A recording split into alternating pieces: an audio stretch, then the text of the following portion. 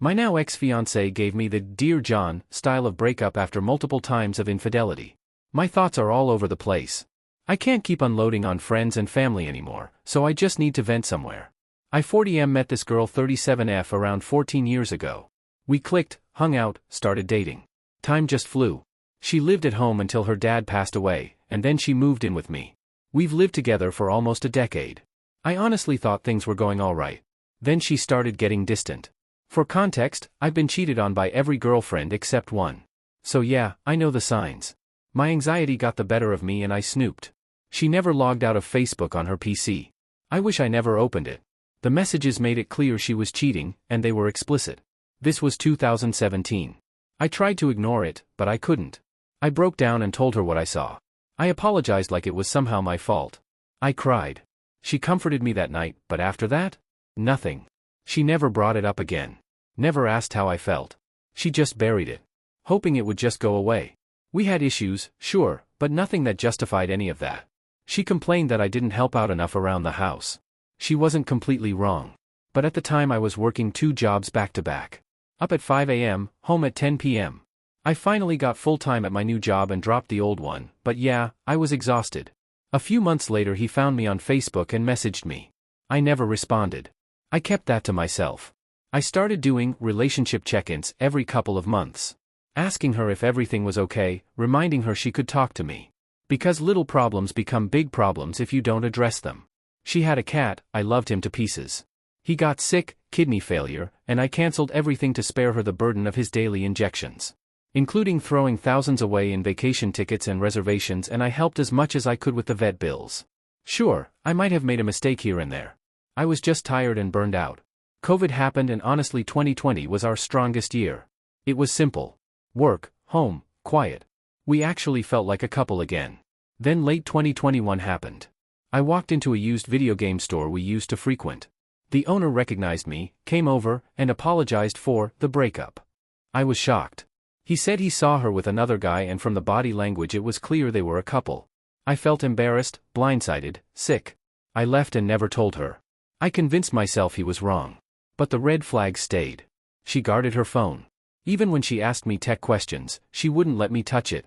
Her job rotated day and evening shifts, but she refused to rotate. She locked herself into days permanently. I work evenings, so Monday to Friday we barely saw each other. I pleaded with her to switch, she always had excuses. A friend described it perfectly, she was setting herself on fire to keep others warm. Vacations were a nightmare. She would hide days off, lie about them, or spring it on me last minute. She tried to keep me out of the loop as much as possible. Then her mom's partner passed away. Then her mom had multiple strokes. I stepped up. I sacrificed my time, my freedom, my mental health. I thought that's what you do for your partner, right? But doubt stayed. I wondered if she was still cheating. It ate at me. I got withdrawn. I snipped sometimes, but never yelled. I grew up around yelling, emotional, physical abuse and swore I'd never be that man. She'd say she felt like a burden or useless. I always comforted her. Encouraged therapy. She finally went. But she only told her therapist her side. She didn't mention she cheated twice. She didn't mention forgetting my birthday for 3 straight years during the second fling. She didn't mention how often I begged for communication. She didn't mention any of my sacrifices. She's extremely introverted. Avoids social stuff like the plague. My friends barely saw her. My family thought I was making her up. I slowly cut people out of my life for her. Female friends because she got jealous. Others because she never wanted to go anywhere. I isolated myself. Earlier this year I realized my phone barely ever went off. 10 years ago it wouldn't stop ringing. Then last Thursday happened. 4 days ago. I left for work and checked the mailbox. There was a notice from the post saying she canceled her mail service. I called her and she told me to take the day off because we needed to talk. She was planning a "Dear John" exit. End of November she'd leave a letter and December 1st a moving truck would show up at 8 a.m. She already toured apartments and signed a lease. Told no one. Not even her mom. I forced her to tell her. It was like she wanted to run before anyone could hold her accountable or ask questions. Like she wanted to dodge the fallout. She could have just talked to me. She didn't. She went for the coward's route instead. During that talk, I completely cracked. I told her everything I held inside for years. How much the cheating hurt. How confused and scared I'd been. How the suspected second affair ruined my trust. How I tried to show her the Facebook message from her ex/affair partner and how she refused to acknowledge it existed. I told her how all of this ate at me and how I bottled everything up because I didn't know how to express the pain without feeling like I'd destroy the relationship. She said she wasn't happy for a long time. Said I wasn't pulling my weight. Brought up when I had a UTI scare and asked her to get checked. She thought I was blaming her, even though I was trying to be transparent and cover all bases. She brought up our sex life. It was almost always me initiating. 95% of the time. For months she'd reject me. It made me think she was still cheating. And when she was into it, she'd tell me what she wanted and I supported her every time. Toys, outfits, everything. But she'd only wear something if I specifically asked. Sometimes she'd avoid it by claiming she didn't know where it was. She wanted to try new things, but never communicated after the purchase of the toys. She said she didn't think I cared anymore. She said she didn't expect my reaction. She seemed genuinely surprised by how emotional I was.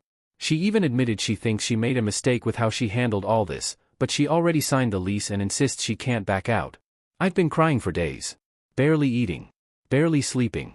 But something unexpected happened. People came back into my life. Family. Old friends. People I thought I'd lost forever. They reached out. Not just a quick, sorry man, but hours-long conversations. One friend, literally on the other side of the world. He called me and we had a video call and we talked for 3 hours straight. 2 grown men crying and helping each other hold it together. Honestly, one of the most healing conversations I've ever had. He was going through the exact same thing, but the relationship was only for a few years, and she was very abusive. I've been sober for over a year. I used to drink lightly when gaming. After all this, I dumped every open bottle down the sink and gave away the rest. Probably $2,000 worth. I don't want to see alcohol again. I'm still shaking. Still crying. Still confused. My whole future evaporated in a week. I thought we'd grow old together. Now I'm trying to figure out what stability even means. I don't know what the next few weeks will be like. But I'm slowly realizing I'm not as alone as I thought. And I'm taking this 1 minute at a time. Update. So, it's been an interesting and emotionally brutal week, so here's the update. Last Thursday I found out that my now ex-fiancée was planning a Dear John exit. She canceled her mail, signed a new lease, booked a moving company, and was planning to leave a handwritten letter and disappear without telling me, her family, or anyone. Since then she's been living in the spare room. I've never heard her this quiet in my life. Friday, I forced myself up for work.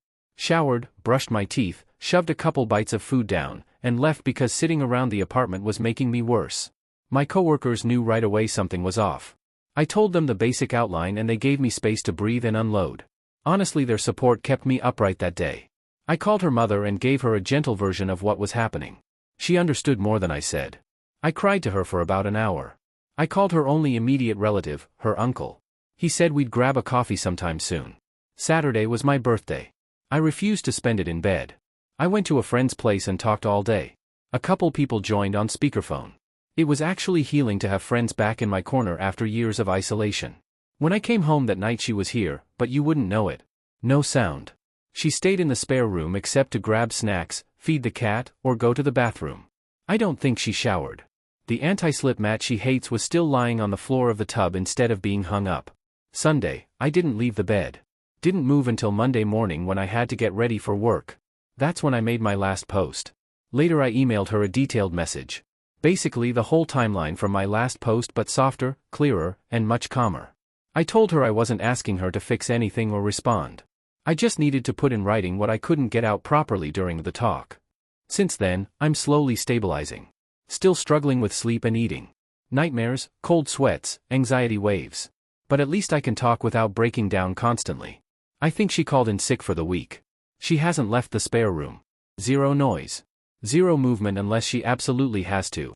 Then came what I'm calling the bunny incident. On the living room windowsill sits a matching pair of small plush bunnies with our names on them.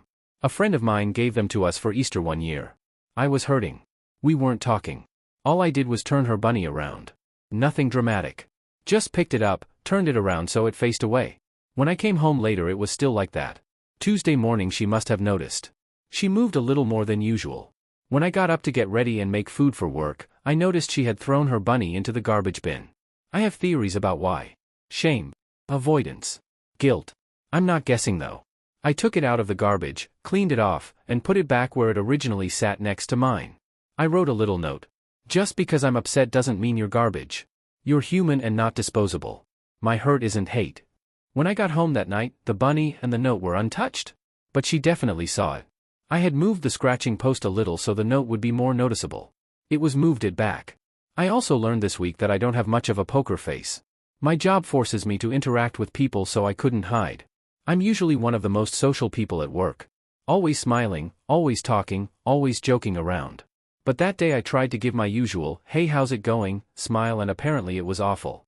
One coworker, someone I share more personal stuff with, stopped and asked again in a serious tone, "How are you actually doing?" I sighed. Is it that obvious? How bad is it? Nightmare level. Their face dropped. Oh no. So I told them what I could remember. As structured as possible without breaking down. I could hear my own voice shake. My hands were shaky.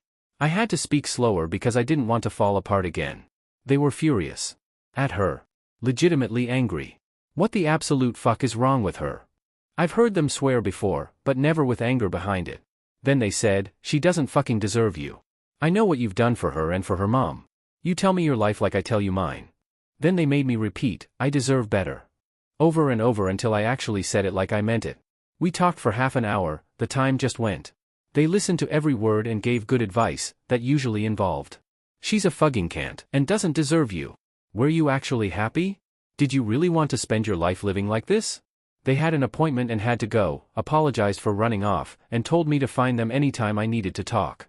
A few other people must have overheard because a lot of coworkers started speaking to me with a much softer tone for the rest of the day. As for the moving plan, her original idea was to give me a "Dear John" letter Saturday morning, pack the apartment with the movers, and be gone by Monday morning. When I got home last night, the empty moving totes were delivered. Looks like she moved the delivery date up. My guess? She's trying to avoid me as much as possible. Last night I wrote her a letter and left it out for her to see. Basically telling her to take care of herself. My willingness to still take her mother out when she needs it. Groceries, pharmacy, doctor's appointments. Stroke survivor, little friends, mobility issues, etc. etc. My now ex doesn't have a driver's license, let alone a car. So it's very unfair to her mom. Also telling her of legalities, as her name was added to the rental agreement and that she had to give a 60-day notice, not a 1 or 2 day one like she wanted. I'm only asking for partial.